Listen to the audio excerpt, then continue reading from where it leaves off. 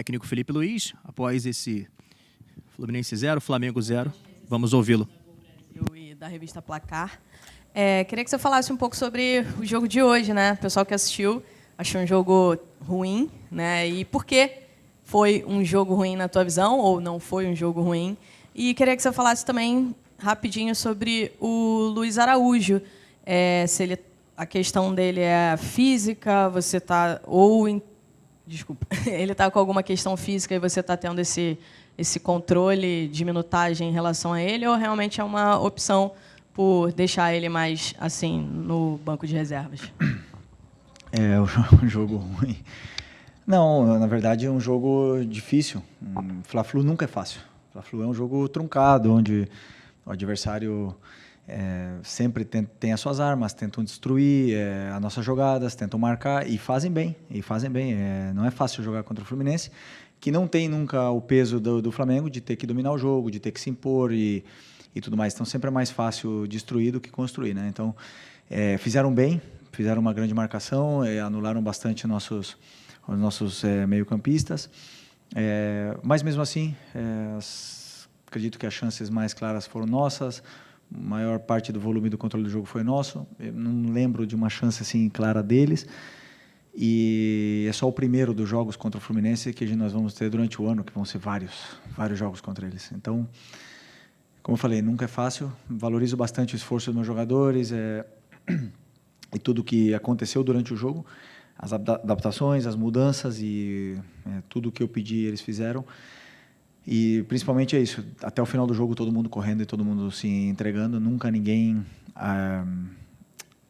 fazendo algo que não deveria fazer, fazendo algo por sua conta, senão todo mundo pensando na equipe. Isso para mim é o que mais importa. E para o torcedor pode ser que realmente seja um jogo mais chato, por 0-0, mas muito influenciado, né, por alguns fatores externos, o calor, não gosto de dar desculpa, mas é verdade, muito quente, a bola, campo duro e fica um jogo mais... perde um pouco de intensidade. O jogo à noite sempre é mais intenso, o frio é mais intenso ainda.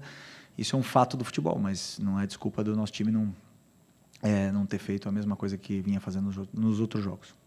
E sobre o Luiz Araújo, um cara que teve uma lesão seríssima no joelho, está tendo minutos cada vez mais, teve 60 minutos no outro dia.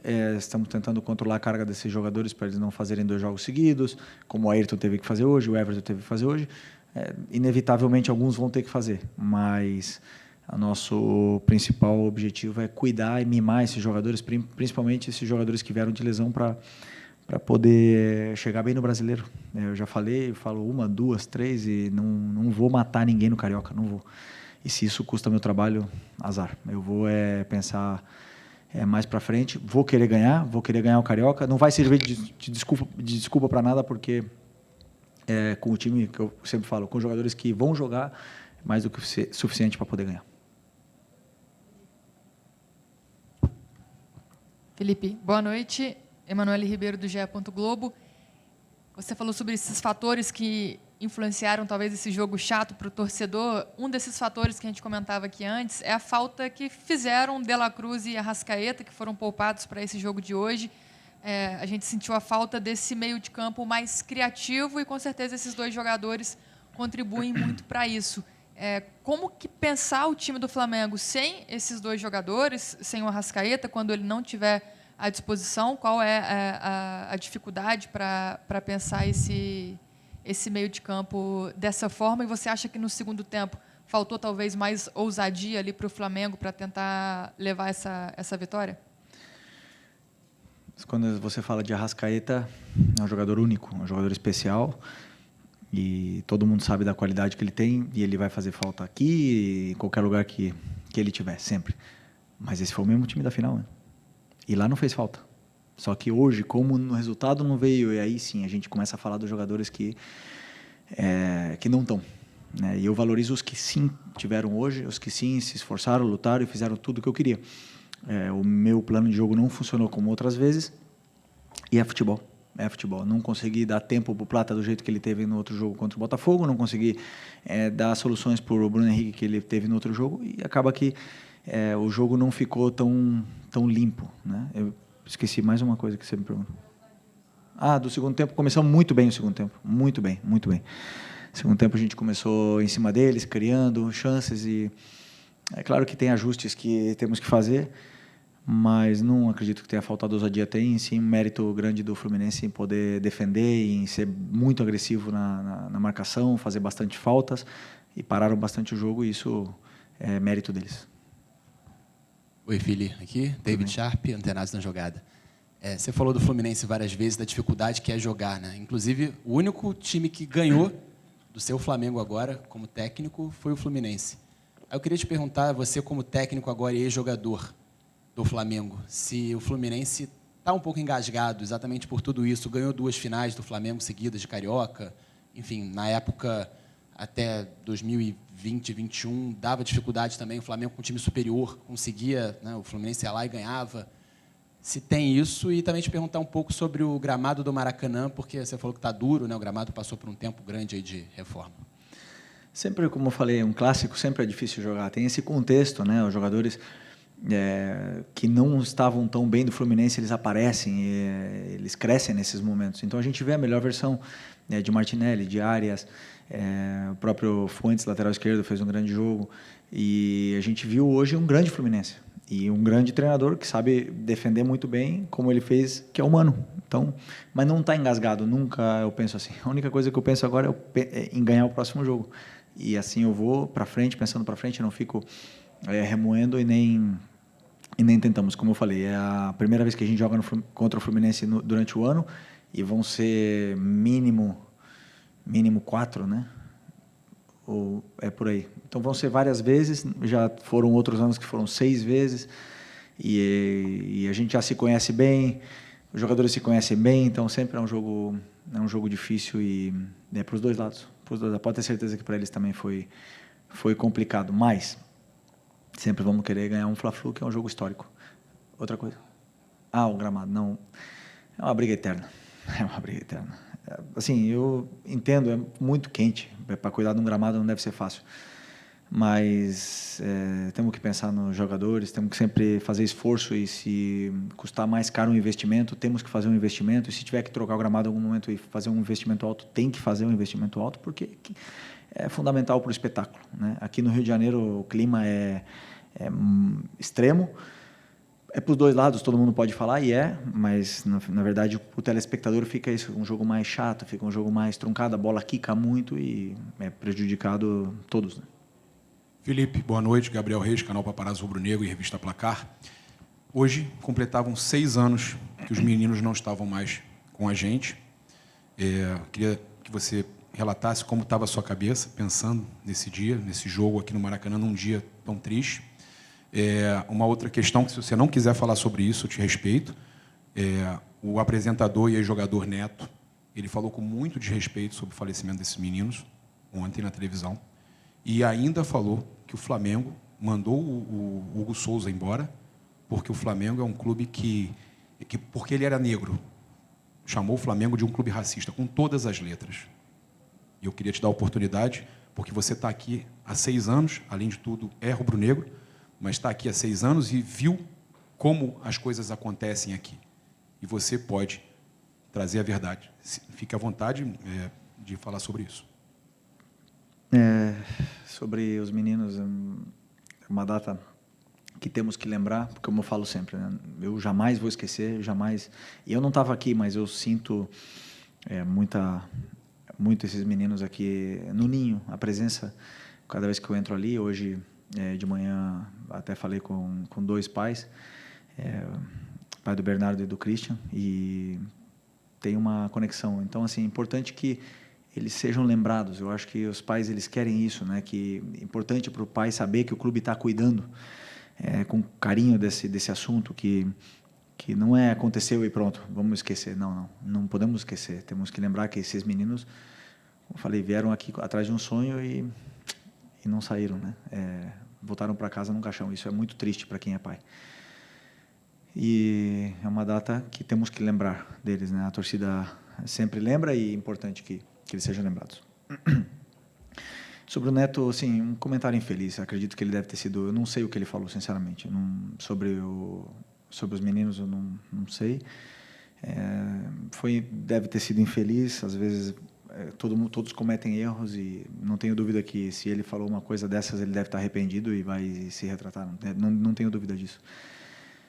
O Hugo, eu vi ele crescer, eu vi ele evoluir, vi ele ser importante e perder a vaga no time. E ele mesmo, né, não estava bem, e ele mesmo sabia que tinha que sair do time, eu era companheiro dele, mas é um cara que deu a volta por cima e que conseguiu, quebrou a cara, foi para Portugal, saiu da zona de conforto dele do Rio de Janeiro, mudou as amizades, um cara que começou a se dedicar para o futebol e hoje deu a volta por cima e já estão falando dele na seleção brasileira. Isso é mérito total do Hugo, né? E quantos outros Hugos ficaram no caminho porque não conseguiram dar a volta por cima como ele. Então, assim, acredito que o Neto deve ter sido simplesmente infeliz porque às vezes a gente o Neto fala tantas horas normal que ele erre alguma vez e cometa erros, mas tenho certeza que ele deve estar arrependido. Aqui, Felipe, boa tarde. Eduardo Alves, do portal BTB Esportes.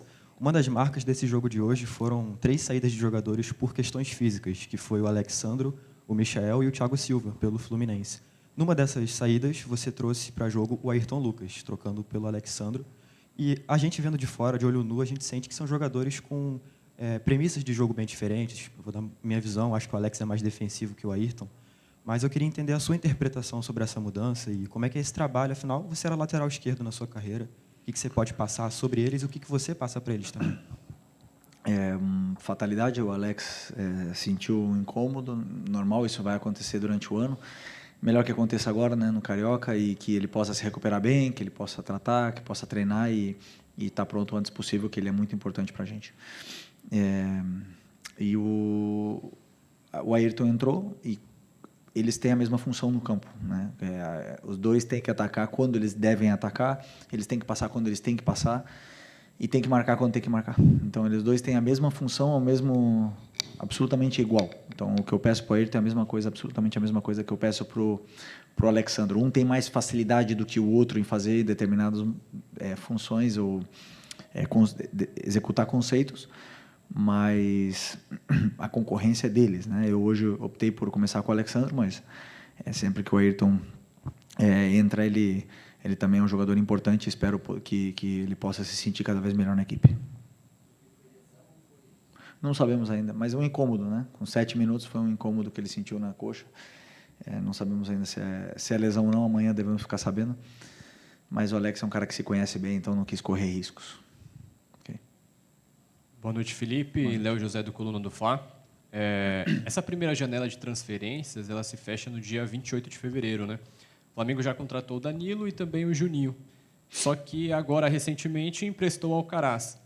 Eu queria saber se existe uma demanda da comissão técnica para com a diretoria, pedindo algum reforço, a reforçar algum setor do time, ainda nessa primeira janela?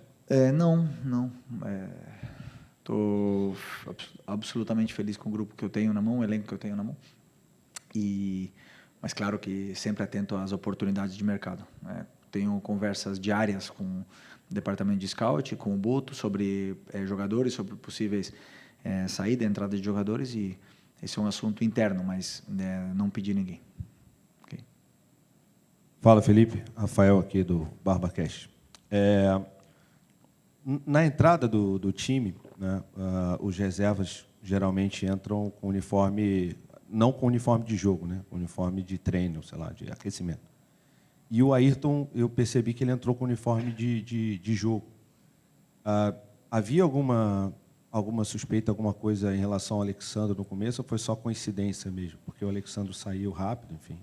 Não sabia disso. Não tinha nada. Se o Alex tivesse relatado algum desconforto, algum incômodo durante a semana, com certeza ele não estaria em campo hoje. Mas não, ele falou que foi um gesto onde a perna dele ficou presa na perna do outro e uma coisa assim. Então, ele vai poder explicar melhor do que eu. Eu não sabia desse assunto do Ayrton, né? Talvez estava prevendo que ia entrar, não sei. Mas não. O Alexandre entrou no campo 100%. Felipe, aqui, Lu da Flá TV.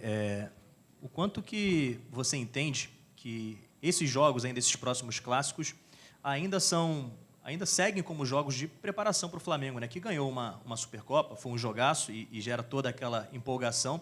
Mas o quanto que você entende que esses jogos vão ser importantes para a sequência dessa preparação? Você acabou de falar aí em objetivo de Campeonato Brasileiro e tudo mais, para que os jogadores cheguem na sua plenitude. E o quanto que esses clássicos agora próximos vão servir como boas métricas para você também como treinador? Eu sempre penso que o jogo ele é um guia, né, para a gente ver onde estão os problemas e atacá-los e corrigir esses problemas cada vez mais e o time ir evoluindo, né, nessa curva.